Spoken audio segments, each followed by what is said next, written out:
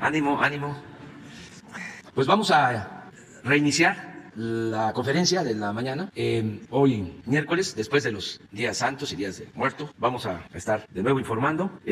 Se van a pasar los videos de las obras que estamos realizando y vamos también a informar sobre quién es quién en las mentiras, porque es miércoles, y un informe sobre la prevención, atención y erradicación de la violencia contra las mujeres, lo que estamos haciendo. Este es un planteamiento que nos hicieron ustedes y es un compromiso de informar. Entonces vamos a empezar con los videos. La Secretaría de la Defensa Nacional informa los avances en la construcción del Aeropuerto Internacional Felipe Ángeles al 3 de noviembre de 2021.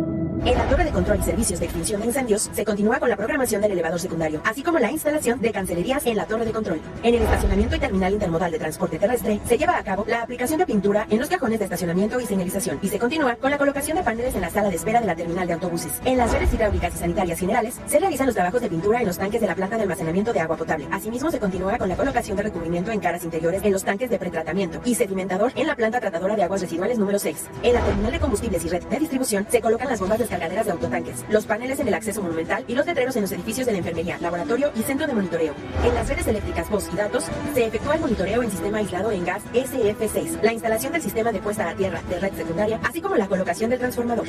A la fecha, se han generado 126.973 empleos civiles. Faltan 138 días de construcción.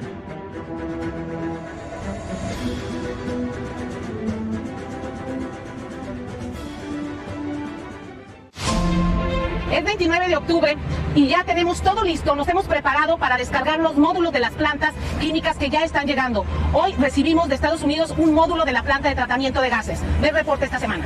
La planeación de la construcción de la refinería inició con la procura temprana. Es por eso que como resultado ya empiezan a llegar vía marítima y terrestre provenientes de diferentes partes del mundo y del interior de la República los equipos y módulos de las plantas químicas al sitio de la refinería Olmeca en Paraíso, Tabasco. Esta semana arribó al puerto de Dos Bocas la embarcación Challenger, proveniente de Estados Unidos con los módulos Medichem. Integrarán la planta de gases con la función de remover el azufre del gas.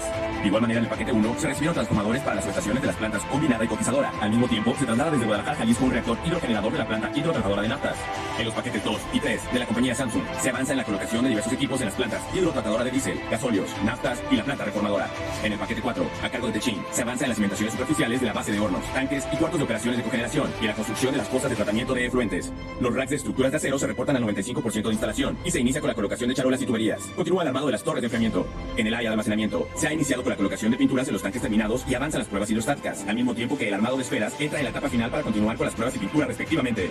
En el área de edificios y contraincendio continúan los trabajos en el detalle interior y en telecomunicaciones se preparan los interiores para resguardar los equipos de voz y datos de toda la refinería que se conectará con toda la red de Pemex. En el cuarto de control central continúa la obra exterior de vigas y vidrios, forrados de espejos de agua y se detallan los muros en el interior. En la construcción del gasoducto avanza la soldadura de piezas y continúa el tendido en los tramos a lo largo de 62 kilómetros de longitud. Al igual que el acueducto, se han colocado en tierra y agua lingadas de tubería que llevarán el vital líquido hacia la refinería. Continúa el trasplante de plantas de ornato cultivadas en el vivero hacia las áreas verdes de la refinería Olmeca, ubicada en el puerto de Dos Bocas. Reporte de actividades. Avance de obra. Semana 51 de 157.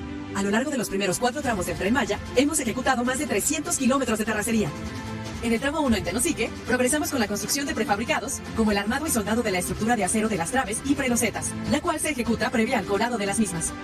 En el tramo 2, en la localidad de Ruiz Cortines, Campeche, avanzamos con la fabricación y extendido de subrasante, previo al inicio de los trabajos de las capas finales de la plataforma ferroviaria. En el tramo 3, continuamos con los trabajos de terracerías, con actividades como la conformación de terraplén en Cacaché, Yucatán. También en Eguán, continuamos la construcción de pasos vehiculares, con actividades de armado de acero y el armado de caballete en Chochó. En el tramo 4, avanzamos con la formación de subyacente y subrasante para la carretera Cantunil-Cancún. También en la misma carretera, progresamos con el tendido de la segunda carpeta asfáltica, así como la construcción de más de 10 pasos vehiculares, que sin interrumpir el paso de los existentes, permitirá mantener la conexión entre las poblaciones. Al día de hoy, los empleos generados en el sureste por el proyecto del Tren Maya ascienden a más de 90,000. El Tren Maya avanza. Construcción del tren interurbano México-Toluca. Reporte semanal. Vía catenaria y obra electromecánica. Avance 45.4%. Instalación de postes. Se continúa con el armado del sistema de catenaria utilizando vehículos bivial sobre las vías instaladas. Estos vehículos cuentan con plataformas elevables, grúas y herramienta especializada para la colocación de postes, accesorios y tendido de cables. Instalación de vía y canalizaciones. Se continúa con la colocación y nivelación de vía, así como con el colado de los plintos de concreto. Se tiene un avance desde la terminal Sinacantepec hasta el kilómetro 32 en promedio de las dos vías. Se avanza con las canalizaciones sobre los muros laterales de la vía confinada. Esta actividad se encuentra 2 kilómetros adelante del frente de instalación de vía. Tramo 3, 17 kilómetros. Avance de obra 53.3%. Frente 2, carretera federal. En este frente ya se tiene el 50% de las losas de compresión coladas y se continúa avanzando en el habilitado y colocación de acero de refuerzo en el 50% restante. Frente 9, tercer cruce de autopista. Se colocaron las últimas 2 traves prefabricadas de concreto en este frente. Estos montajes se realizaron en horario nocturno para minimizar las afectaciones a los usuarios de la autopista México-Toluca. Arteaga y Salazar. Se continúa con el corte de material y estabilización de taludes para el paso del tren interurbano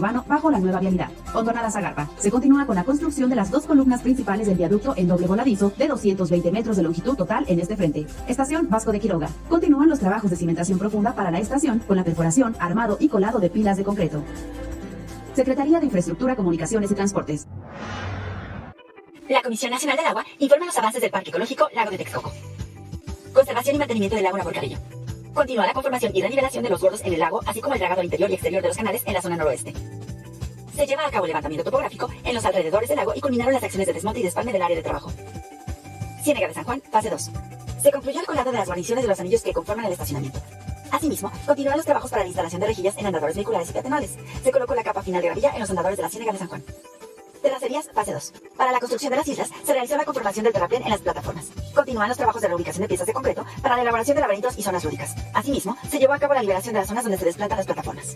También se realizó la colocación de geotextil y geomalla en plataformas, islas, jardín central, barreras rompevientos y brechas cortafuegos. En el del Texcoco Norte, se sumaron 2.71 kilómetros más de desasolve. Con estas acciones, el Gobierno de México fortalece la vocación ambiental de la zona en beneficio de los habitantes del Valle de México.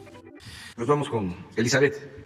Buen día, señor presidente. Buenos días, compañeros de la prensa. El combate a la corrupción es el sello distintivo de la cuarta transformación de la vida pública del país. Y en esa tarea tienen que participar todos los sectores, pero sobre todo aquellos que tienen como cometido principal el servicio público, el servicio a la sociedad, como son los medios de comunicación. En efecto, la construcción, fortalecimiento y defensa de la democracia pasa por la depuración del aparato gubernamental, envilecido por el neoliberalismo y la corrupción. También en cuestión está el papel de los medios de comunicación, que en muchos casos han justificado o callado el despojo y la mentira. Así, se convirtieron en cómplices del saqueo y la manipulación en contra del pueblo. Hoy en México, ningún medio ni periodista puede llamarse amordazado, ni desde el gobierno de la República se pagan por silencios o adulaciones. La prueba más clara de la libertad de expresión, de la libertad de prensa, de la libertad que gozan y ejercen los medios, son los diarios ataques, muchas veces plagados de diatribas en infundios en contra del presidente de la República, sin que haya otra respuesta que el argumento veraz, la exposición de motivos clara sobre los proyectos y la exposición de mentiras en que incurren un día sí y el otro también. Así que va nuestra humilde contribución en este proceso. Iniciamos nuestra sección. Mentiras para cambiar percepciones sobre la economía y el Aeropuerto Internacional Felipe Ángeles. Los días 27 y 28 de octubre, diversos medios de comunicación publicaron que las acciones de la Bolsa Mexicana de Valores de la compañía Volaris habrían caído tras el anuncio de que volaría del Aeropuerto Internacional Felipe Ángeles hacia Tijuana, Baja California y a Cancún. Entre los principales medios que publicaron esta información fue El Universal, Milenio, MBS Noticias, Reporte Índigo, Eje Central, Latinos, El Economista. Consignaron que Volaris había perdido 6.41% en la Bolsa Mexicana de Valores. Esta información no es verdad. Desde el pasado 22 de octubre, las acciones de la aerolínea sufrieron bajas. Sin embargo, no solo en el caso de Volaris, sino de otras empresas de aerolíneas internacionales como America Airlines, Delta Airlines y Southwest. También tuvieron tendencias a la baja en la Bolsa Mexicana de Valores. Las razones de este decremento son el riesgo por rebrote de la variante Delta Plus del COVID-19. El 29 de octubre, diversos medios de comunicación y periodistas difundieron información falsa de que cayeron las acciones de la aerolínea Volaris, tras anunciar que iniciaría operaciones en el Aeropuerto Internacional Felipe Ángeles. Los datos fueron utilizados de manera engañosa por la coincidencia entre el anuncio de Volaris de que operaría en el Aeropuerto Felipe Ángeles y la tendencia de la industria por COVID-19. El director general de Volaris, Enrique Beltranena, desmintió la información y detalló que después de un amplio análisis, concluyó que será viable y más barato volar por el Aeropuerto Felipe Ángeles. Pero como siguen enojados con lo del aeropuerto, por eso inventan medios y periodistas. La siguiente, el colmo de las fake news. No es falso pero no es verdadero. De cómo inventar un índice y darle difusión hasta que se crea que es verdad. Aquí les contaremos cómo una organización de Estados Unidos coloca a México como uno de los países más corruptos y cómo la difusión de esta calificación se usó para atacar al gobierno de Andrés Manuel López Obrador. Fue toda una operación. Hace 2 semanas la organización World Justice Project, Proyecto Justicia para el Mundo, publicó su índice de Estado de Derecho en México 2020-2021, según el cual nuestro país aparece entre los 5 países más corruptos del mundo, detrás de Uganda, Camerún, Camboya y el Congo. El informe coloca a México en el lugar 135 de 139 países evaluados. En América Latina y el Caribe, México aparece en el último lugar. Y desde ese momento no pararon en difundir en medios y en redes sociales, repitiendo el dato de la corrupción a la menor provocación, citando a comentaristas, conductores, analistas, académicos, periodistas y opositores. Pero ¿de dónde salió este índice multicitado? ¿Cómo se elaboró? ¿Y quién lo financió? El índice de Estado de Derecho en México se elabora desde hace 3 años, casualmente, al mismo tiempo que López Obrador llegó a la presidencia de la República. En 2018, el World Justice Project evaluó a 133 países y colocó a México en el lugar 92. Un año después, en 2019, la organización evaluó a 126 países y colocó a México en el lugar 99. Y en 2020 pasó al lugar 113 de 139 en el índice general. Primero comentamos el dato más escandaloso. México cayó 9 lugares. Al respecto, los lugares de México han variado porque cada año se incorporan nuevos países al estudio. Para 2020, el World Justice Project incluyó 13 países nuevos. Casi los mismos lugares que México se movió en la lista. Así que ese dato tan celebrado no es digno de ser tomado en cuenta.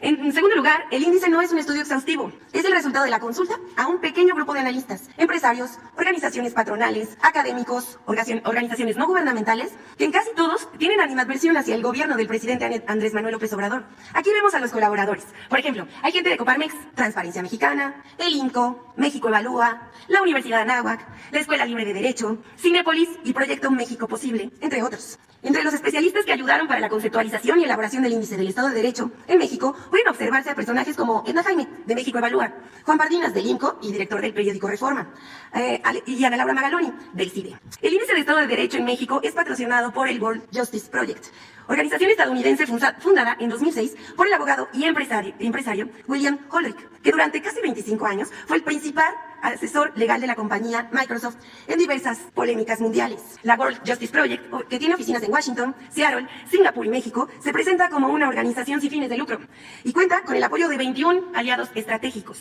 En México, la World Justice Project apoya a diferentes organizaciones como México Evalúa, Causa en Común, la Red Quinte Poder, incluso a instituciones como el Tribunal Electoral del Poder Judicial de la Federación. Así, el estudio de opinión que coloca a México como uno de los 5 países más corruptos está financiado por una organización estadounidense y los especialistas consultados son esencialmente opositores del gobierno. La oficina del World Justice Project en México es dirigida por Tim Kessler, quien ha sido consultor del Banco Mundial y jefe del programa de competitividad de México en la USAID, una organización vinculada al Departamento de Estado de Estados Unidos, que de acuerdo con periodistas de distintos países, tiene un perfil intervencionista contra los gobiernos que no se alinean a las políticas de Estados Unidos. De acuerdo con testimonios de personas que han trabajado en la World Justice Project, en esta organización, lejos de estudios económicos y sociales imparciales, se llevan a cabo productos informativos, montajes y producciones para hacer ensombrecer al gobierno que encabeza López Obrador. El World Justice Project ha celebrado convenios de difusión con el consejero presidente del INE, Lorenzo Córdoba, quien incluso ha presentado como si fuera propio el estudio. El índice del Estado de Derecho, World Justice Project, también tiene acuerdos con gobernadores opositores como Diego Sinue Rodríguez de Guanajuato. Mediante una compleja red de colaboraciones con diferentes personajes de la vida pública, el World Justice Project ha logrado abrir espacios para encabezar foros, conversatorios y mesas de análisis para difundir la idea de que México es un Estado fallido.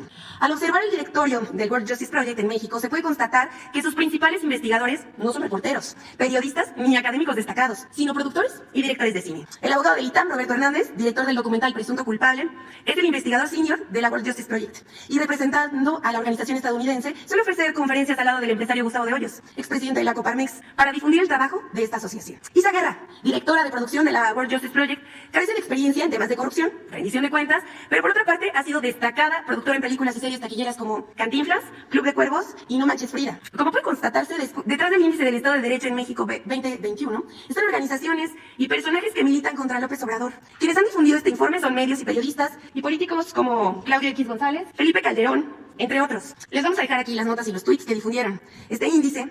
Así se construyen los golpes mediáticos contra el gobierno de la 4T, con la idea de manchar poco a poco el prestigio del gobierno con información falsa. Pero ya la gente no se deja llevar por esas informaciones. Hasta aquí la sección de hoy. Muchas gracias.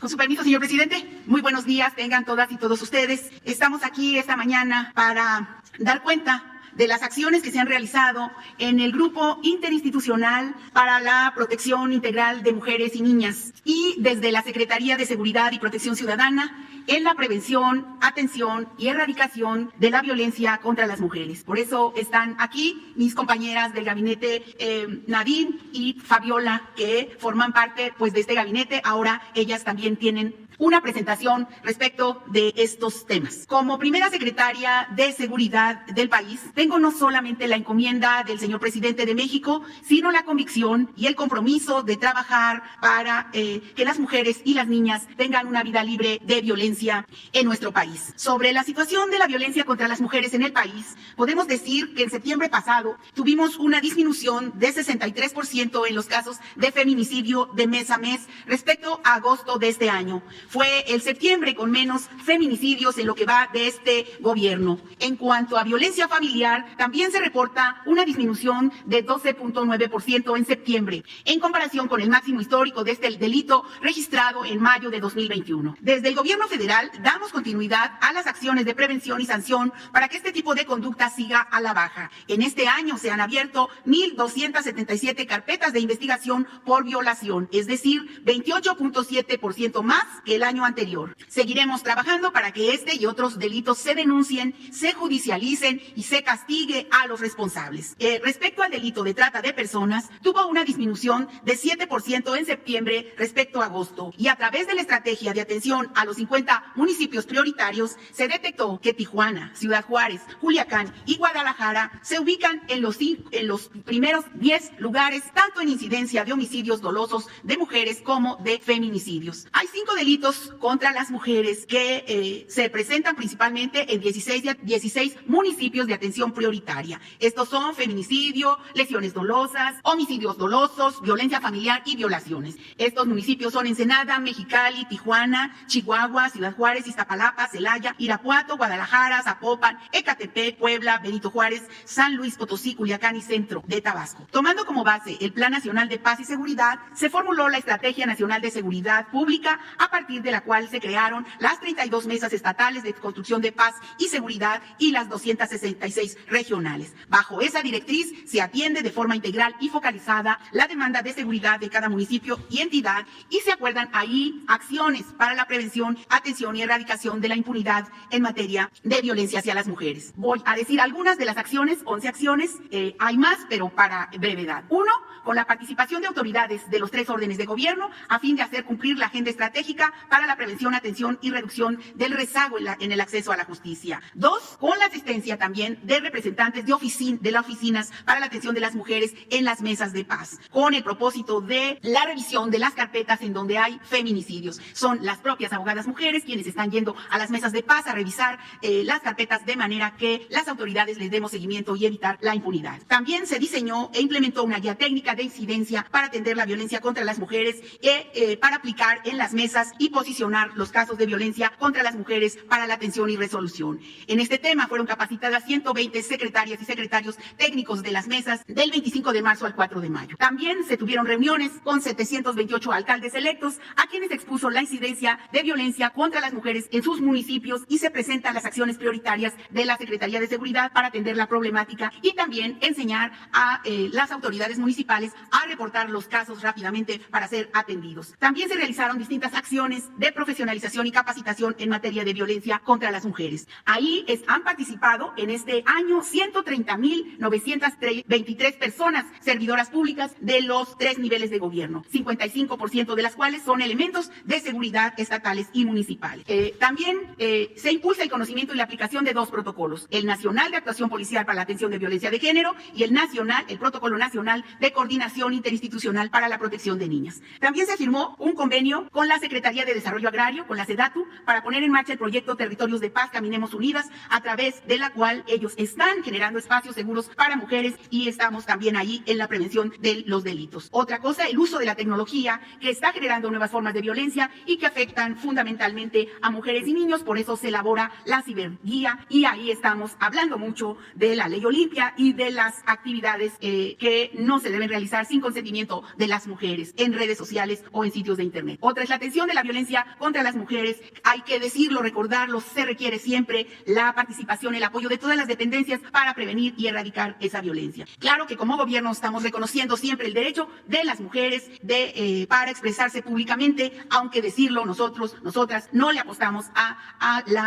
nosotros le apostamos a la movilización pacífica. Hemos iniciado labores también de fortalecimiento de la estrategia de seguridad del Estado al ampliar de 15 a 50 municipios en coordinación con las autoridades y ahí también estamos haciendo seguimiento a las carpetas de investigación de los delitos contra las mujeres para abatir la impunidad. Trabajando de la mano también con Naciones Unidas para los manuales en la aplicación de la ley de servicios policiales sensibles al género y la participación en muchos foros de alto nivel. Finalmente, trabajar siempre en acciones para la prevención, atención y erradicación de la impunidad y la violencia contra las mujeres.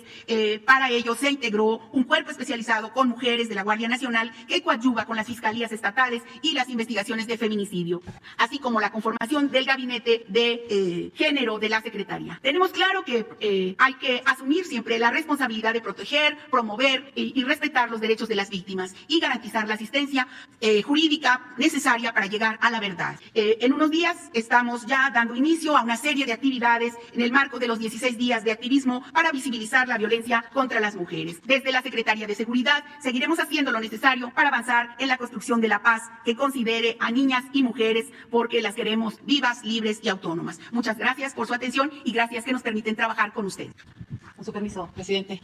Buenos días a todas y a todos. Secretaria Rosa Isela, presidenta Nadine, Elizabeth. Por instrucción presidencial, acudimos hoy a este ejercicio de rendición de cuentas sobre las acciones que está realizando la Secretaría de Gobernación a través de la Comisión Nacional para la Prevención y Erradicación de la Violencia contra las Mujeres, la CONAVIM, para mejorar las condiciones de vida y de seguridad de las mujeres en nuestro país. Si me pasan la primera lámina, por favor. Aquí podemos ver e informar que durante la administración del presidente Andrés Manuel López Obrador se han invertido poco más de 300 millones de pesos en los centros de justicia para las mujeres. Se trata de la mayor inversión que ha dedicado una administración federal para este tipo de centros. Gracias a la colaboración con las autoridades estatales, hoy contamos con 56 centros en todo el país. Este año simplemente se inauguró San Luis Potosí y Uruapan, Michoacán, y gracias a esta red, en lo que va del año, se han atendido a 174,000 mujeres, es decir, todos los días, en promedio, 580 mujeres acuden a recibir atención psicológica, asesoría legal, médica, a poner una denuncia, a capacitarse para el empleo, etcétera. Informar que están por concluirse los centros, como podemos observar, en Gómez Palacio, Durango, en Cuauhtémoc, Chihuahua y en Piedras Negras, Coahuila. Y además ya se están construyendo los centros en Escárcega, Campeche, en la Magdalena Contreras, en San Luis, Río Colorado y en Tlaxcala, para dar un total de 63 centros de justicia para las mujeres. Quiero aprovechar este importante espacio para decirles a las miles de mujeres que nos escuchan que se acerquen, que pidan ayuda, que acudan a los centros de justicia, que la violencia no es normal y que estamos obligadas a brindarles protección y seguridad.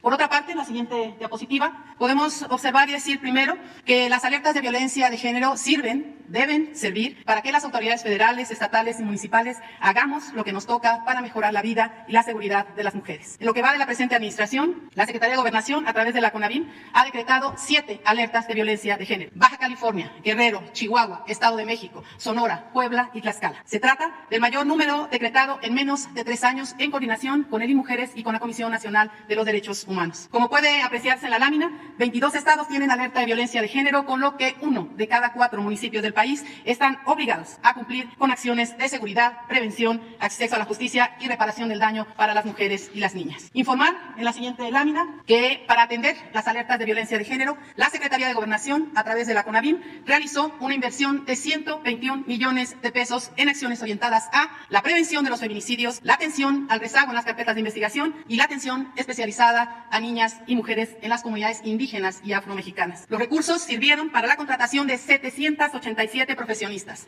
abogadas, psicólogas, médicas, antropólogas forenses, trabajadoras sociales, traductoras, etcétera, que laboran en 34 instituciones locales, principalmente en las fiscalías especializadas, en las comisiones ejecutivas de atención a víctimas, en las áreas de seguridad pública, en las entidades federativas y también en las secretarías e institutos de las mujeres en todo el país. Hay que decir con toda responsabilidad que, a diferencia del pasado, nosotras no ocultamos ni maquillamos las cifras. La violencia por razones de género, la que ocurre en contra de las mujeres y las niñas por el hecho de ser mujeres, es grave y es inocultable. Y estamos actuando en consecuencia, practicando la autocrítica y mejorando, entre otras cosas, las alertas de violencia de género. Por esa razón, bajo la conducción del secretario Adán Augusto López y del subsecretario Alejandro Encinas, estamos trabajando de la mano con las y los gobernadores. Por ejemplo, la gobernadora de Chihuahua, la de Tlaxcala y la propia jefa de gobierno en la Ciudad de México encabezan personalmente esta tarea. Con los gobernadores de Jalisco, Nuevo León, Sinaloa y Sonora, acordamos recientemente reforzar el mecanismo de alerta de violencia de género e involucrar a todos sus gabinetes en esta misión. Finalmente, informar que contamos con un sistema de monitoreo que nos permite, en coordinación con la Secretaría de Seguridad, que encabeza la secretaria Rosa Isela, y las fiscalías de los estados, identificar los casos de violencia contra las mujeres y las niñas. En lo que va del año, en la CONAVIM hemos atendido a 594 víctimas y sobrevivientes de violencia, más de la mitad por violencia sexual y física. Hemos atendido 34 casos de feminicidio y 7 de tentativa de feminicidio. Entre los que hemos atendido, nos han conmovido e indignado los feminicidios infantiles. Algunas de las víctimas de entre 1 y 2 años de edad, en 2 casos por agresión sexual, uno a manos del padre biológico y otro a manos de un tío. Ciertamente, hay temas que nos incomodan como sociedad, que no nos atrevemos a denunciar. 9 de cada 10 violaciones a las niñas ocurren al interior de los hogares y en su entorno más cercano. Y no se denuncia por miedo, por desconfianza a la autoridad o por pena. Y el mensaje debe ser muy claro. No habrá impunidad en esos delitos. Contamos para eso con la responsabilidad y el compromiso, esperamos contar con la responsabilidad y el compromiso de las y los jueces para que colaboren en el combate a la impunidad. Y si me permite, señor presidente, proyectaríamos un video sobre el funcionamiento de los centros de justicia para las mujeres.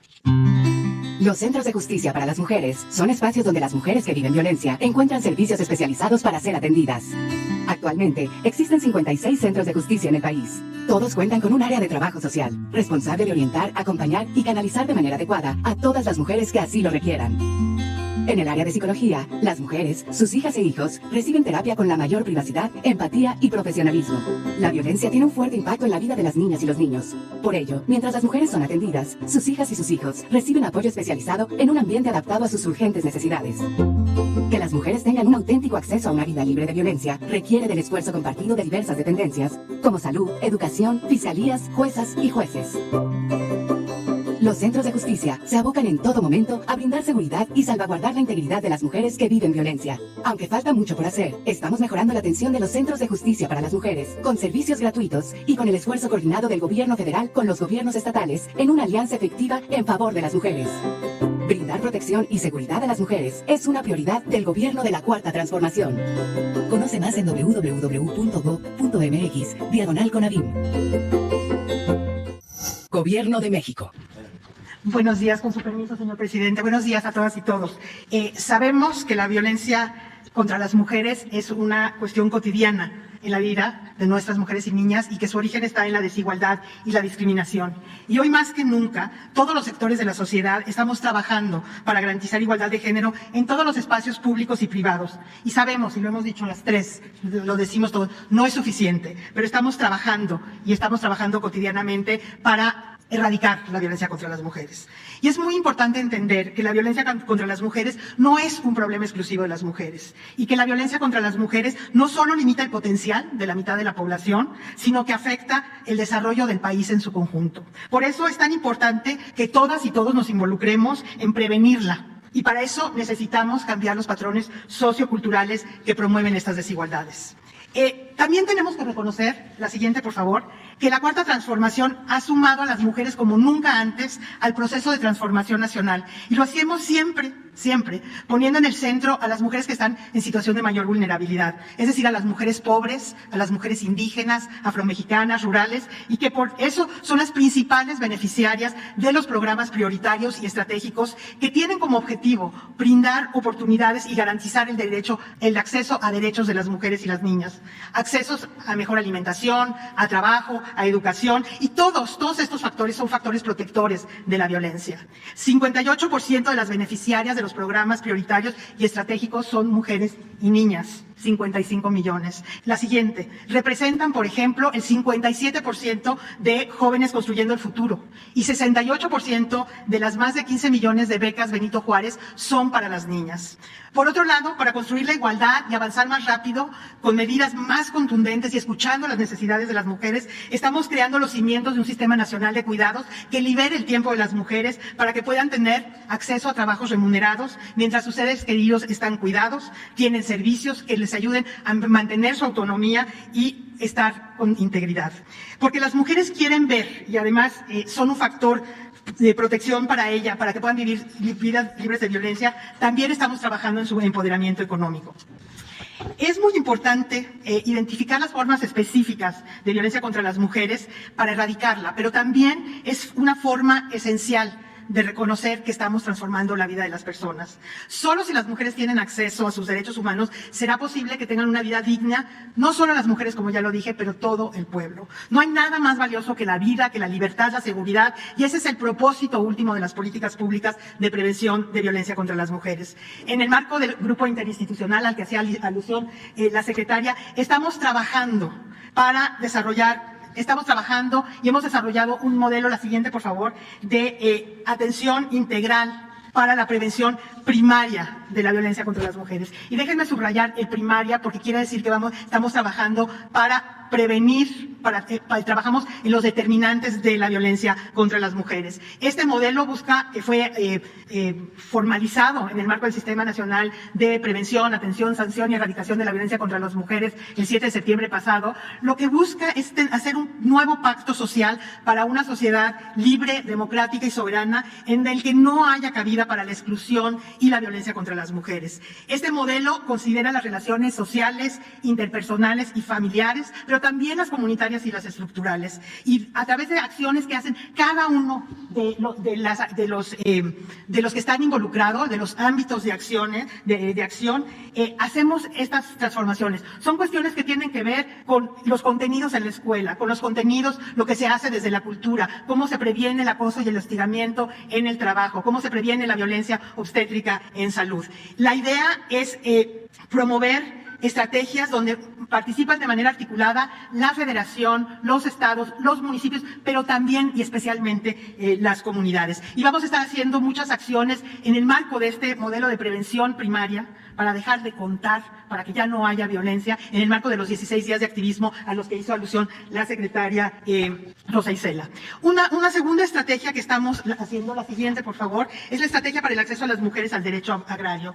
Esta estrategia es muy importante porque históricamente la lucha por la defensa del territorio ha sido emprendida por las mujeres, en su mayoría mujeres indígenas y rurales, que se dedican al cultivo, cuidado y preservación de la tierra y de los recursos naturales y que encabezan también los procesos organizativos a nivel de las comunidades. Sin embargo, este trabajo tiene muchas dificultades y una de ellas, que es esencial y que es determinante, es que las mujeres no tienen certeza jurídica en materia de propiedad de la tierra. Y esto es un tema esencial en el marco de la Cuarta Transformación. Por eso, desde el IMujeres, en coordinación con la Procuraduría Agraria y el Instituto Nacional de los Pueblos Indígenas, hemos impulsado procesos de formación y reflexión de mujeres en las regiones de la Huasteca, Totonacapán y en las altas montañas de Veracruz. Ahí hemos trabajado con las mujeres y hemos visto la importancia que tiene llevar información, acercar los servicios para que las mujeres tengan la titularidad de sus tierras. El 15 de octubre pasado estuvimos en Papantla y ahí estuvieron mujeres de los ejidos de San Juan Atlanca y Soquiapa que por primera vez salieron de sus comunidades, estuvieron con mujeres de estos municipios a los que hice alusión y vieron la riqueza de compartir los problemas, pero también ver las soluciones y las capacidades que tienen las mujeres para enfrentar los desafíos que tienen. Realmente, si no, las mujeres no tienen la titularidad de la tierra, no pueden tener acceso a otros programas gubernamentales, no pueden ser parte de la organización comunitaria formal. Por eso ha sido tan importante que junto con la Procuraduría, el Registro Agrario, la SEDATU, se han dado en el año pasado y este año casi 3,000 títulos de propiedad a las mujeres. Y el tercer ejemplo que les voy a dar de acciones específicas que estamos realizando desde el Gobierno de México, desde el IMujeres, tiene que ver con el programa de Mujeres Constructoras de Paz. Este programa es un programa pionero que estamos realizando de la mano de la Secretaría Ejecutiva del Sistema Nacional de Seguridad Pública, que hace que las mujeres se organicen y hagan un diálogo con las autoridades para ver qué es lo que se necesita, no solo para prevenir la violencia contra las mujeres, pero para construir una paz positiva, una paz que haga que ese espacio sea un espacio propicio para vivir en paz y libre de violencia. Este año se formaron 100 redes de mujeres constructoras de paz en 54 municipios de 11 entidades federativas que están donde están participando activamente más de 1,500 mujeres. El año pasado se formaron más de 200 redes. Las mujeres en estas redes, como les decía, ven su entorno, dialogan con la comunidad, hacen actividades, pero tienen un diálogo y tienen una escucha importante por parte de las autoridades municipales. Tenemos redes que vale la pena hablar de ellas en Puebla y Tlaxcala, donde hay una diversidad de mujeres adolescentes, mujeres de la comunidad, mujeres trans, donde están viendo cómo usar el espacio público a través de diálogos colectivos en las calles. O el de Ciudad Juárez, donde las redes MUPA se apropiaron del espacio público y están rescatando parques a través de jornadas de limpieza y cuidado vecinal. Quiero terminar esta exposición diciendo que en el Instituto Nacional de las Mujeres tenemos la obligación, y hemos sido encomendadas por el presidente, de atender, de impulsar políticas públicas, de prevenir la violencia contra las mujeres, pero lo hacemos también con la profunda convicción que eso es lo que va a transformar nuestros países. Trabajamos todos los días con y para las mujeres que se han visto vulneradas en sus derechos. Los intereses, las experiencias, las necesidades de las mujeres son consideradas en las políticas públicas hoy más que nunca. Son parte de lo que es central de la Cuarta Transformación. Porque como bien decía nuestra secretaria, nos queremos libres y plenas. No queremos nunca más un país que no tome en cuenta a las mujeres. Entonces, estamos asumiendo nuestra responsabilidad de hacer políticas públicas para promover una vida libre de violencia. Sabemos, como decíamos, que la violencia es multifactorial y por eso estamos trabajando también en el empoderamiento económico, en el desarrollo de un sistema de cuidados, justamente para prevenir la violencia contra las mujeres. Y termino diciendo lo que dije al principio. La violencia contra las mujeres es un problema de todas y todos. Por eso todas y todas tenemos que hacer acciones individuales, colectivas, sociales, para que todas podamos vivir vidas libres de violencia. Muchísimas gracias. Luego tú. Gracias, presidente. Gracias por el informe. Buenos días, soy Verónica Villalbazo, Frida Guerrera, medio independiente, colaboradora de Cultura Colectiva, entre otros medios. Estaba escuchando muy atenta a lo que nos compartían las secretarias, buenos días, y me preguntaba, tenemos ahí en común un caso con CONAVIM, que nos ha estado ayudando a acompañar en Morelos. ¿Cuál es realmente el apoyo que se les está dando a las víctimas? El caso particular del que hablo está sin trabajo, con su niña recuperada después de ese intento de feminicidio, con una familia del agresor encima de ella y sola. Tenemos otros casos de menores, niñas y niños sobrevivientes que tampoco tienen apoyo porque no existe un programa que los abrace a ellos como víctimas. Particularmente el caso de una pequeñita con una nula probabilidad de vida y que afortunadamente está viva.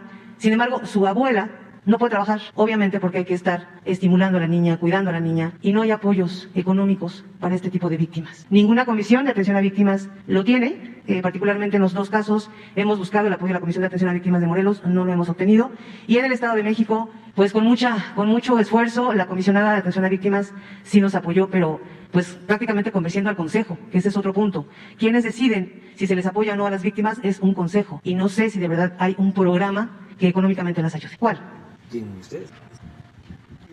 Sí, gracias por la pregunta y seré muy breve en este ejemplo que planteas de la víctima directa en el caso de Morelos. Solamente decir que los casos que nosotros hemos atendido los hemos hecho y lo hacemos no porque nos competa, no somos fiscalía ni somos, no somos poder judicial, pero sí nos toca hacer que sucedan cosas. Y entonces este monitoreo al que hacía referencia, que nos ha llevado a la identificación de cerca de 1,000 casos que hemos atendido en este año, nos ha permitido primero tener una comunicación permanente e inmediata con las fiscalías y las fiscalías especializadas, permanente e inmediata con las comisiones ejecutivas de atención a víctimas y con el acompañamiento directo de las instancias de las mujeres. Ese es el papel que hemos hecho para garantizar que sucedan cosas y que estos delitos no queden en la impunidad, dar acompañamiento a las víctimas y a las víctimas indirectas. Y por otro lado, señalar que esta es la primera vez en la historia de nuestro país en donde se identifica a las víctimas indirectas, a niñas, niños y adolescentes en orfandad por feminicidio, y se estableció ya un protocolo que coordinó el Sistema Nacional DIF, el Instituto Nacional de las Mujeres y nosotras, en donde hemos podido lograr que las fiscalías especializadas registren en el caso en el que se den, digamos, en el que existan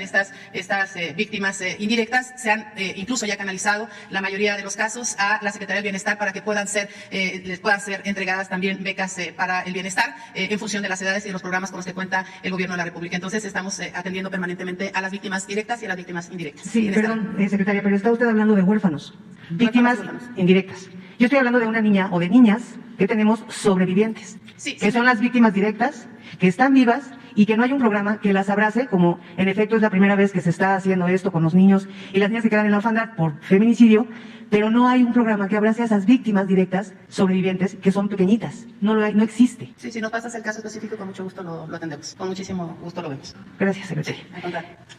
Bueno, hablaban de las abogadas y de este apoyo que se está dando a las víctimas indirectas de feminicidio. ¿Cómo es que las familias las pueden contactar? Adelante. Sí, como señalé en la presentación, por primera vez también los recursos destinados a la alerta de violencia de género fueron canalizados para la contratación de personal, porque eso es lo que más duele lo que más le duele a las instituciones encargadas de la atención a estos delitos por razones de género. Y la manera en la que pueden contactarnos es a través de las redes, a través de la página oficial del Gobierno Federal y de la CONAVIM, y particularmente también en las fiscalías y las fiscalías especializadas, en los casos en donde tengan, por ejemplo, en algún delito de feminicidio que esté rezagada la carpeta de investigación, que no se haya retomado, en delitos de carácter sexual también, que hemos atendido algunos que aquí la compañera Leti Ramírez nos ha hecho llegar, ¿no? Que han llegado aquí a Presidencia, que le han planteado al señor presidente directamente, que han sido atendidos. Entonces, directamente con la CONAVIM, en la página del Gobierno Federal. Gracias, secretaria. Ya para terminar, ojalá pronto podamos tener esta reunión pendiente que tenemos con las diferentes dependencias y podamos presentarles esos más de 100 casos que acompañamos, pero esto va directamente a una petición al presidente. Muchas gracias, secretaria, y a la Secretaría de Seguridad. Es para hablar de una relación de trabajo que hemos hecho del 2018 al 2021. En este periodo se han realizado las acciones para detener a más de 41 feminicidas en distintos estados como Querétaro, México, Ciudad de México, Guanajuato, Sinaloa, Nuevo León, Puebla y Oaxaca. En varios de estos casos fue una detención civil por parte de nuestro colectivo, de la gente que nos apoya, ya que al principio no se contaba con la ayuda de las fiscalías de la Ciudad de México y del Estado de México, hasta que esta última tomó muy en serio nuestra coadyuvancia y en conjunto con el apoyo del fiscal general Alejandro Gómez se han llevado más detenciones por la colaboración que existe. Dentro de estas detenciones se encuentran dos mal llamados monstruos, quienes en realidad eran feminicidas seriales, que gracias a la labor de colaboración entre la ciudadanía, que somos nosotros, y la Fiscalía del Estado de México se logró su detención. En otras acciones se ha logrado la detención civil de más de 6 acusados de delito de homicidio y feminicidio en contra obviamente de menores. En este periodo también las investigaciones de este colectivo, que es Las Voces de la Ausencia, acompañados de Frida Guerrera, y en conjunto con el subsecretario de Gobernación Alejandro Encinas, se llevó a la captura del principal sospechoso de la desaparición de los 43 normalistas de Ayotzinapa, Ángel Casarrubia Salgado, el Mochomo. En coadyuvancia se han llevado hasta las autoridades judiciales más de 71 delincuentes, pero nuestro equipo de investigación está tras 27 feminicidas que están escondidos y en algunos estados y otros en Estados Unidos, como ya lo habíamos comentado. Sería importante, para poder detenerlos, que las autoridades federales, concretamente la Guardia Nacional, nos apoyara. Para no entorpecer los procesos que llevan los inculpados, preferiríamos que las autoridades acepten nuestra coadyuvancia para que pudiera abrazarse un poco más el tema de ya no más impunidad. Obviamente, siempre con la única finalidad, presidente, secretarias, de que esto se termine. Muchas gracias. Muy bien. Pues es cuestión de que con Rosa Isela se ponen de acuerdo, ¿sí? Para ver cómo ayudamos o seguimos ayudando. Muy bien. Muy buenos días, presidente. Ramón Flores, del Centinela Informa, de Humanoid de Inglaterra, y funcionarias que la acompañan. Este es un caso grave también de mujeres que le voy a presentar. Presidente, hace 1 año y medio le dimos a conocer aquí el caso de Claudia Sánchez Mayorga, que la antigua Procuraduría General de la República la metió a la cárcel desde el 2013 en el reclusorio de hombres en Nayarit, embarazada. Le quitaron la matriz, le quitaron a su hija y no tiene sentencia a la fecha. Es una presunta responsable. Quien realmente la metió a la cárcel a Claudia fue la supuesta defensora de mujeres, Teresa Ulloa, que resultó no tener ni cédula profesional, pero informó que lleva 99 casos en los tribunales federales con la Fiscalía General de la República y que el presidente Peña la postuló como pedagoga a la Comisión de Víctimas.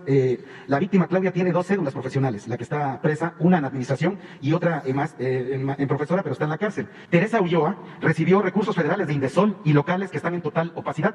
Manipuló a supuestas víctimas y a funcionarios de la Procuraduría General de la República y del Poder Judicial solo para cobrar 4.2 millones de pesos. También está involucrado Santiago Enrique Rolando, que era un un policía federal corrupto sembraba drogas y armas a sus víctimas. Ya está tras las rejas, pero en su informe del 2013 a la Procuraduría General de la República dice que Claudia era manager.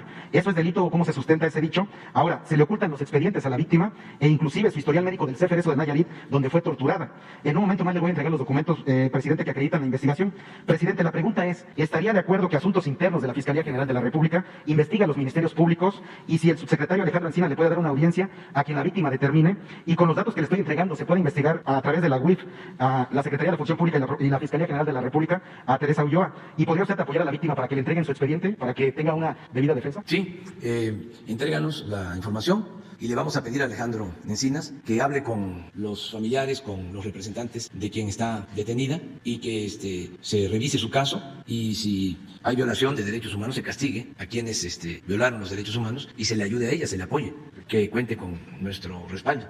Eso es lo que podemos hacer. Si le entregas a Jesús y Alejandro se va a hacer cargo de atender. Sí, ahorita le entrego los datos. En mi segundo planteamiento, qué bueno que está aquí la Secretaria de Seguridad Pública, presidente. Recuerda usted que le planteamos el tema hace 2 años y medio de la renta de las patrullas y que dio instrucciones a la Secretaría de la Función Pública, a la Fiscalía General de la República, y a la UIF que revisara los contratos de Grupo Andrade por la renta de 1.500 patrullas en 2.7 millones de pesos cada una, las 1.850 patrullas de Jesús Horta por 3.300 millones de pesos, que por cierto continúa prófugo, y 21 funcionarios más.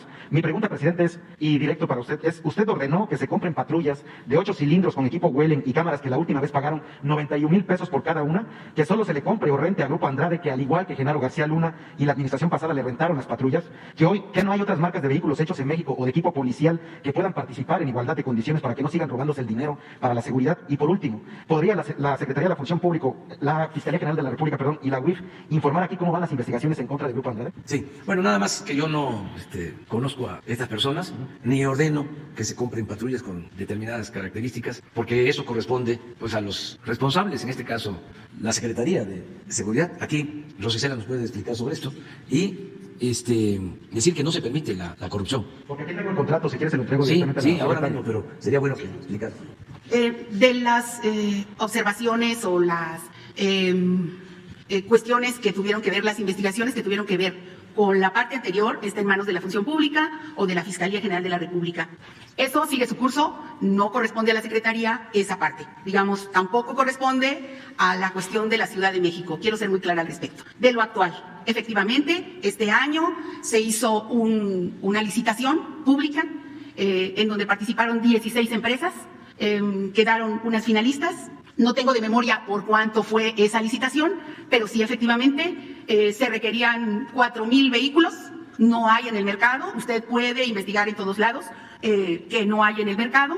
La licitación se hizo con el acompañamiento correcto de la Función Pública, el órgano interno de control, y la decisión no es de la Secretaría, es, digamos, de un grupo de servidores públicos, incluidos los de la Guardia Nacional, que adquirieron estos vehículos. Pero en ningún caso lo puedo decir que fue un proceso opaco, fue un proceso abierto, público, transparente, por lo que se refiere a la última licitación. También decir que pues no hubo 4,000 vehículos que se buscaba comprar para este año, solamente hubo 1,000. No hay en el mercado camionetas, camiones, etcétera, quizá en el 2022. Hay otra empresa que dijo, aparte de la que resultó favorecida, que entregaba las patrullas que eran las que se tenían en el mes de julio, si no mal recuerdo. Sí, así es. Entonces tomamos la decisión de no esperar 8 meses, sino de adquirir las que estaban a más bajo precio, que estaban en el mercado y que las entregaban este mismo año. Porque la otra pues era quedarnos sin las patrullas hasta el mes de julio, hasta el año que entra. Entonces sí, esa es nuestra responsabilidad. Hacer procedimientos claros, transparentes y con el acompañamiento y la vigilancia de la Función Pública todo el tiempo. Entonces, pero está a consideración de cualquier ente la revisión de y de todos los contratos. Todo lo que nosotros realizamos está a revisión de todas las autoridades competentes. Ok, ahorita le entrego el contrato. Y por último, presidente, hacerle un planteamiento, porque usted ha dicho que la calumnia cuando no mancha tizna, ¿no? Nosotros le hemos estado pidiendo derecho de réplica a La Silla Rota, que por cierto es uno de los medios que más se dedica a calumniar, y esta pregunta va para Jesús Ramírez, porque La Silla Rota hace 3 meses escribió una columna calumniando a un compañero que está aquí, que es Hans Salazar, a Lord Molécula y a un servidor, Ramón Flores del Centinela Informa, diciendo que usted nos paga 200,000 pesos por hacerles preguntas a modo. Entonces yo le quiero hacer la pregunta directamente a Jesús, gracias a que no tenemos el derecho de réplica de Silla Rota, si en algún momento el equipo del Centinela Informa o un servidor me le ha acercado o insinuado a solicitarle algún apoyo, pues que lo diga, porque dicen que la mentira se mata diciendo la verdad de frente, y por eso le quiero hacer la pregunta a Jesús, porque nosotros jamás le hemos solicitado un solo centavo a su gobierno, señor presidente. Gracias. No, lo han solicitado ustedes, y también nosotros no repartimos sobres. Ya no hay chayote, se acabó con el cultivo del chayote para sobornar. Se cultiva mucho chayote en Veracruz, que sí, conozco zonas chayoteras en Veracruz y en otras partes. Además, el chayote es muy sano. Es un buen alimento, no contiene grasas, es muy saludable. Más que nada tiene líquidos, agua, básicamente, ¿no? Y es muy sabroso, suculento el chayote. Pero el que se le daba a los periodistas ya no, se entrega. Entonces es una calumnia. ¿Qué es lo que pasa? Se está llevando a cabo una transformación en México y se está acabando con la corrupción, se está desterrando la corrupción. Por eso es una vil calumnia lo del periódico Reforma. No hay que molestarse, hay que entender el fenómeno. Había una banda de malhechores que dominaban en México, tenían tomado el gobierno y eran influyentes, pseudo intelectuales, dueños de medios de información, periodistas, una pandilla de rufianes. Entonces, como ya no hay chayote, pero no se permite, que eso es lo que más les molesta, el atraco, porque no tenían límite, se dedicaban a robar, a saquear. Estoy hablando de los de arriba, de los que yo llamo delincuentes de cuello blanco. Entonces, ahora están muy molestos. Reforma, pues es un periódico que protege a la oligarquía de México, a los traficantes de influencia. Es el principal protector del padre de la desigualdad de México moderno, Carlos Salinas de Gortari. Entonces, traen una campaña en contra de nosotros. Pero no es solo el Reforma, pues es el Universal, que también recibía dinero del gobierno, bastante. Es Krause, es Aguilar Camín. Hablas de La Silla Rota y es un programa del Financiero. El Universal. La otra La Silla Roja, porque también el Financiero, pues es lo mismo. O sea, aquí acabamos de hablar ahora de estos patrocinadores, ¿no? Que sitúan a México como el país más corrupto del mundo, algo exagerado, ¿no? Por completo, cuando nos hemos dedicado a erradicar la corrupción. Pero se menciona a un patrocinador, a Ramírez, que era el de los grupos empresariales, se llama Hombres de Negocios, ¿no? Consejo Mexicano de Negocios, es ese, ¿no? Sí, él tiene créditos en Nacional Financiera, o sea, toda la promoción económica financiera para sus cines pues fue apuntalada por el gobierno con estos créditos. Lo hablamos del Financiero, $100 millones de crédito, y así todos. Ese es su enojo. Entonces ustedes pues no tienen nada de qué preocuparse. Saben que lo más importante de todo es tener la conciencia tranquila. Imagínense cuántas cosas, ¿no? Me cuestionan, cuántos insultos, pero igual que los insultos son las bendiciones, ¿no? Ahí nos vamos. Pero lo más importante, repito, es la conciencia de uno. Si Krause sale a decir de que es el país, México, con más fallecidos por COVID, pues es una mentira, pero uno lo explica porque Krause canasteaba, o sea, vivía del gobierno. Ahora ya no vive del gobierno, está recibiendo dinero de Bimbo, de Oxxo, de Coppel, también de Ramírez, etcétera, etcétera, etcétera, igual que Aguilar Camín. Entonces, no se preocupen, así es esto. Ahora que fue el encuentro sobre medio ambiente, criticaron que por qué no asistí. Pues estuvo en mi representación y lo hizo muy bien Marcelo Ebrard. Y no van a reconocerlo, pero ¿qué fue lo más significativo de ese encuentro en la Gran Bretaña? Fue la firma, sí, para sembrar árboles. A ver, para que se enojen. ¿De dónde creen que salió esa idea? De Sembrando Vida. Y un dato adicional, porque también, ahí están, ¿no? Pendientes. Que no había firmado México el programa de reforestación. Si el programa lo propusimos nosotros. No sé si les diste a conocer la carta que le envié al presidente Biden sobre la visita del señor Kerry antes de este encuentro. A ver si hoy se las entregan, porque estoy ahí proponiendo una estrategia en cuanto a la protección del medio ambiente y que no pase desapercibido que México es el país del mundo con el programa más importante de reforestación. No hay ningún país en el mundo que esté invirtiendo $1.300 millones al año para reforestar. $1.300 millones al año. Además, si se busca proteger el medio ambiente, lo que hay que hacer es tomar decisiones, actuar. No es discurso. Ya aparecen esas cumbres como las de Davos. ¿Se acuerdan las cumbres de Davos de los tecnócratas y neoliberales? Donde iban a plantear de que las reformas estructurales eran la panacea, que el modelo neoliberal nos iba a salvar. Entonces ahora ya no es Davos, ahora son estas cumbres. Pero al mismo tiempo están los países más poderosos aumentando la producción de petróleo. Al mismo tiempo. que están llevando a cabo estas cumbres para la protección del medio ambiente, para enfrentar el cambio climático. Están planteando incrementar la producción, la extracción de petróleo. Y luego llegan todos en aviones particulares. Se llena de aviones. Estaba Europa llena de aviones. De puro mandatario, jefes de Estado. Está como los que cuidan de la llamada sociedad civil, a la vaquita marina. Son famosos y llegan en sus yates. Ustedes saben que de todos los vehículos, medios de transporte, los que más contaminan son los barcos. Entonces ya basta de hipocresía y de modas. Lo que hay que hacer es combatir la desigualdad monstruosa que hay en el mundo. De esto es lo que voy a hablar ahora que voy a la ONU. No voy a llevar el avión presidencial. Bueno. Buenos días, señor presidente. Buenos días a todas y a todos. Mi nombre es Diego Elías Cedillo, de Tabasco Hoy, Campeche Hoy, Quintana Roo y Diario Basta en la Ciudad de México, del Grupo Cantón. Señor presidente, antes que nada me gustaría preguntarle cómo se la pasó ahorita que estuvo en estos días de guardar en Tabasco y en lo particular si pudo usted desayunar o comer tamalitos de chipilín propios de la zona del sureste tabasqueño. En paralelo a esto, presidente, me gustaría hacer énfasis en un caso reciente en estos días, que fue el lamentable hecho donde falleció, donde perdió la vida el actor Carlos Octavio Caña, paisano tabasqueño, el cual ocurrió en unos hechos bastante polémicos o muy curiosos, ¿no?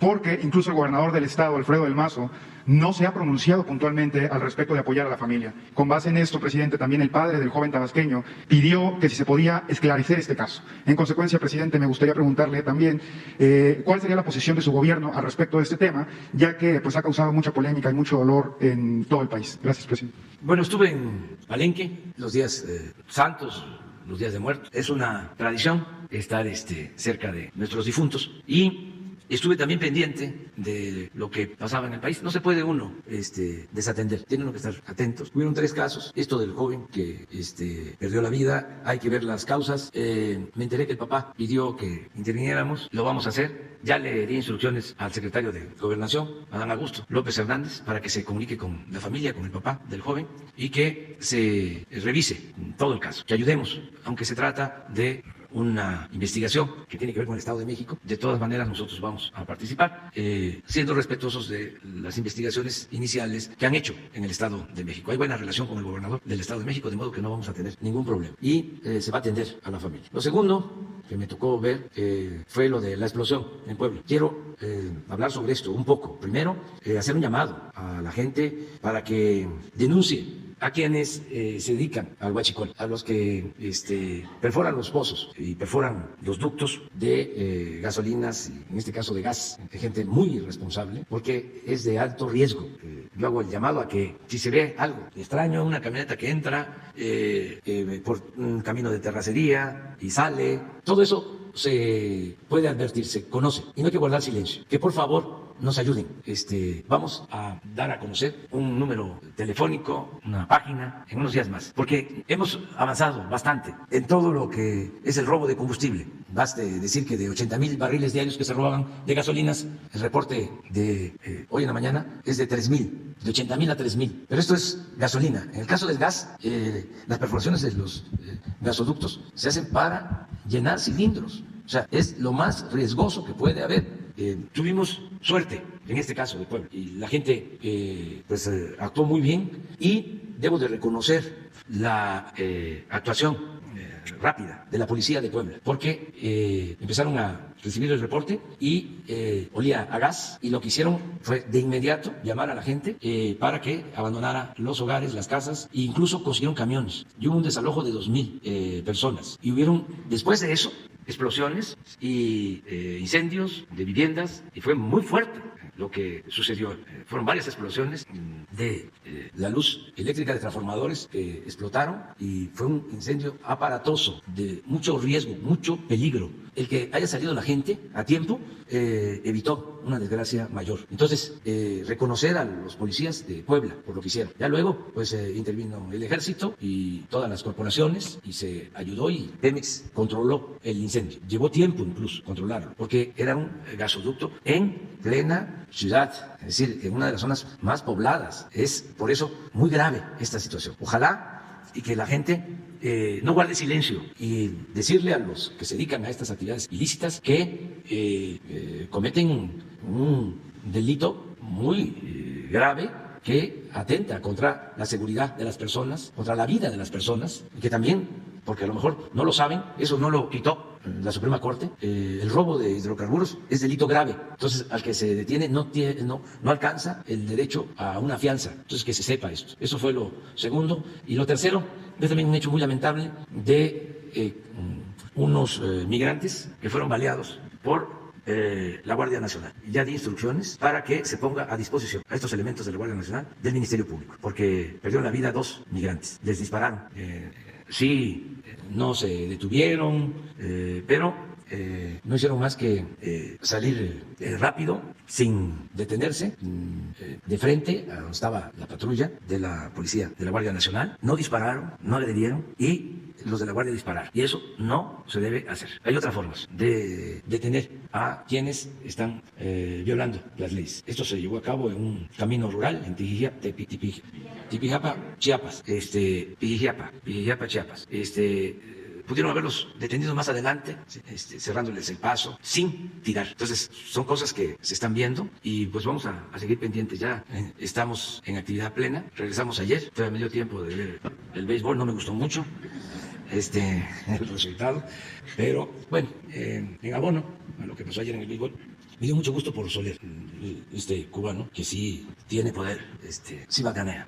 ¿Pudo terminar sus discursos sentados en Palenque, presidente? Sí, ya tengo los borradores, son 3 discursos, bueno, avancé en 2, el de la ONU y el del 20 de noviembre, el aniversario de la Revolución Mexicana. Me falta el del día 1 de diciembre, que va a ser aquí, en el Zócalo de la Ciudad de México. Están invitados todos. El día 1 de diciembre cumplimos 3 años en el gobierno y vamos a informar. También aprovecho, porque creo que lo puedo hacer, no lo van a prohibir, pero hay que participar en la revocación del mandato. Todo el pueblo. ¿Sí puedo decirlo? Sí. ¿No puedo? Que todos participemos en la revocación del mandato. ¿Es sí o no? ¿Sí o no? Sí, que continúe el presidente. No, que renuncie. Y que todos participemos. Porque los conservadores son demócratas cuando les conviene. Entonces no quieren participar y van a llamar a que la gente no participe. Pero yo creo que es un buen ejercicio, porque no solo es aplicarlo ahora, en marzo, sino ya quedó establecido en la Constitución. Hacia adelante se va a tener que estar aplicando cada 3 años. Se le va a preguntar al pueblo, ¿qué es el soberano? ¿Qué es el que manda? ¿Quieres que continúe el presidente o que renuncie? Eso permite que el pueblo tenga siempre las riendas del poder en sus manos, que se cumpla cabalmente con el espíritu del artículo 39 de la Constitución, de que el pueblo tiene en todo momento el derecho de cambiar la forma de su gobierno. Esa es soberanía popular, esa es la esencia de la democracia. Entonces, todos, si consideran que hay muchísima corrupción, que es como dicen los conservadores, que estamos en los últimos lugares en el mundo, que México es de los países con más corrupción, que hay más corrupción ahora que cuando Salinas, más corrupción que en los sexenios anteriores. Entonces, hay que cambiar al presidente. ¿Para qué? Aguantar un presidente corrupto. Para afuera, a Palenque.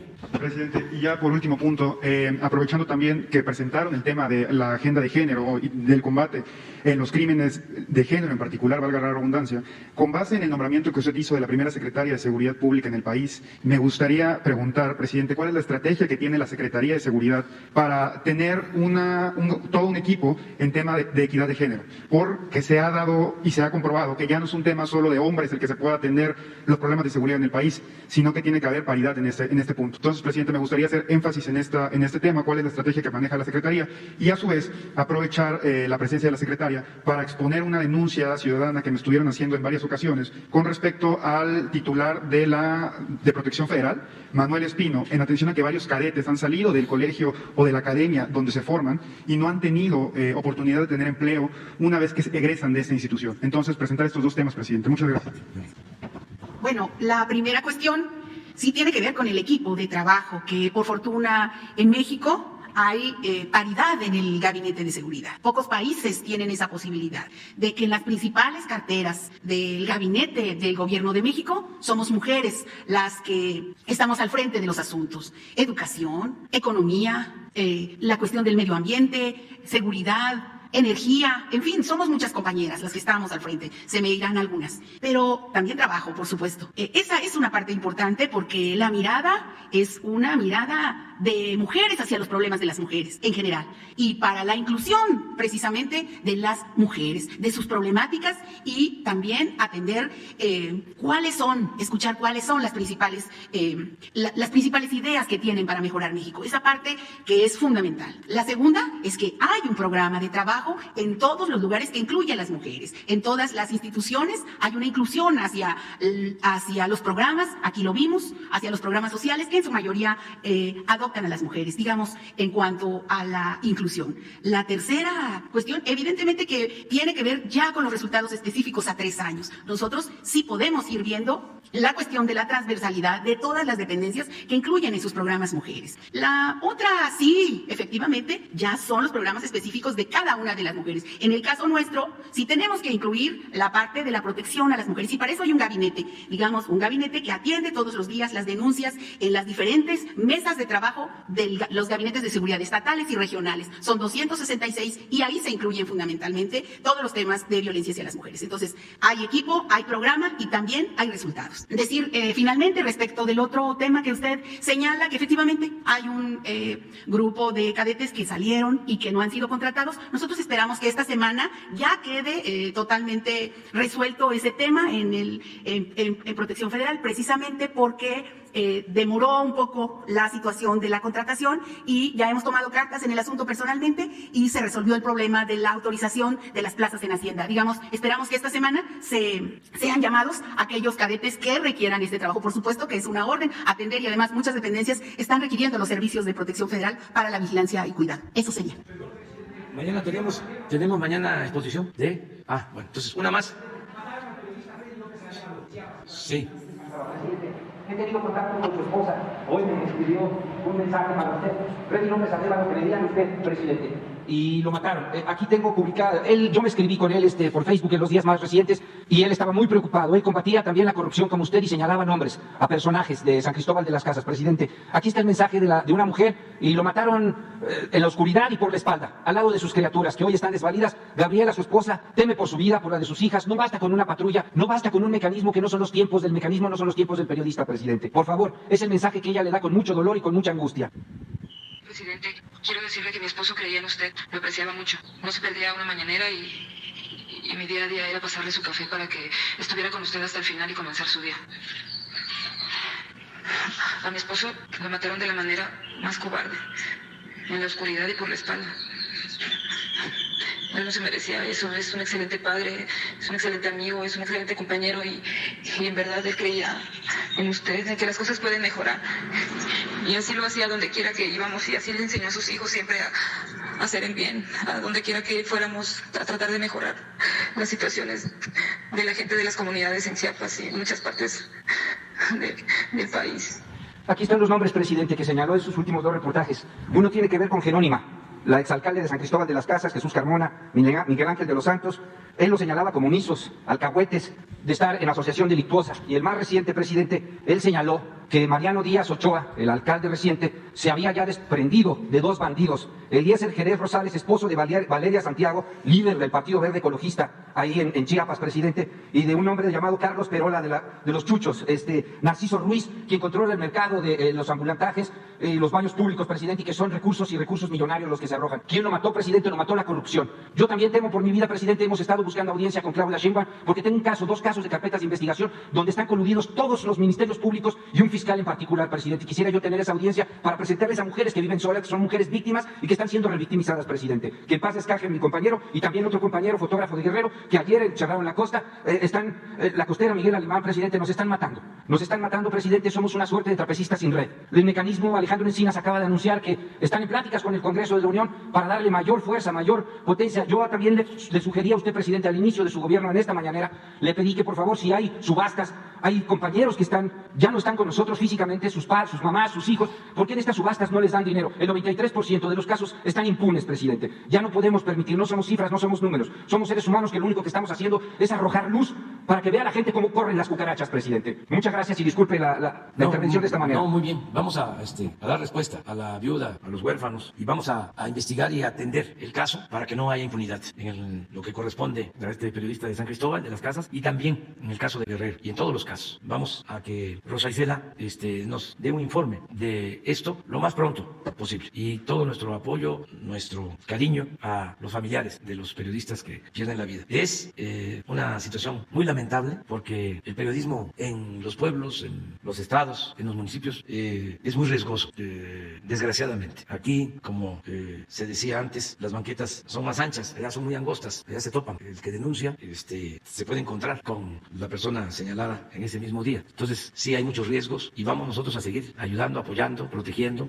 Es parte de la descomposición que tenemos que ir enfrentando y yo espero que esto vaya mejorando porque ya no hay tolerancia ni para la corrupción. No hay tolerancia para la corrupción. Son mal vistos los corruptos, están siendo estigmatizados los corruptos. Ya no es como antes, de que se les aplaudía a los corruptos y que el gobierno era parte de la corrupción, sobre todo el gobierno federal. Ya eso ya no existe y no hay impunidad en general para nadie. En estos casos, si se investiga y se da con los responsables, se castiga, sea quien sea. No hay protección para nadie. No somos nosotros cómplices de corrupción, ni menos de crímenes. Entonces, sí vamos a seguir actuando hasta ir purificando la vida pública del país. Cada vez más, cada vez más. Muy bien, vamos a dejar ya para mañana. ¿Mande? Sí, pero en esta semana. No ahora. No. ¿Le parece mañana? Que continuemos. Mañana continuamos. Nada más tenemos una exposición de cómo se distribuyen los fondos federales a las entidades, a los estados y a los municipios. Y luego preguntas y respuestas. Apúntense. 2, ustedes 2, 3, tú. Y 4.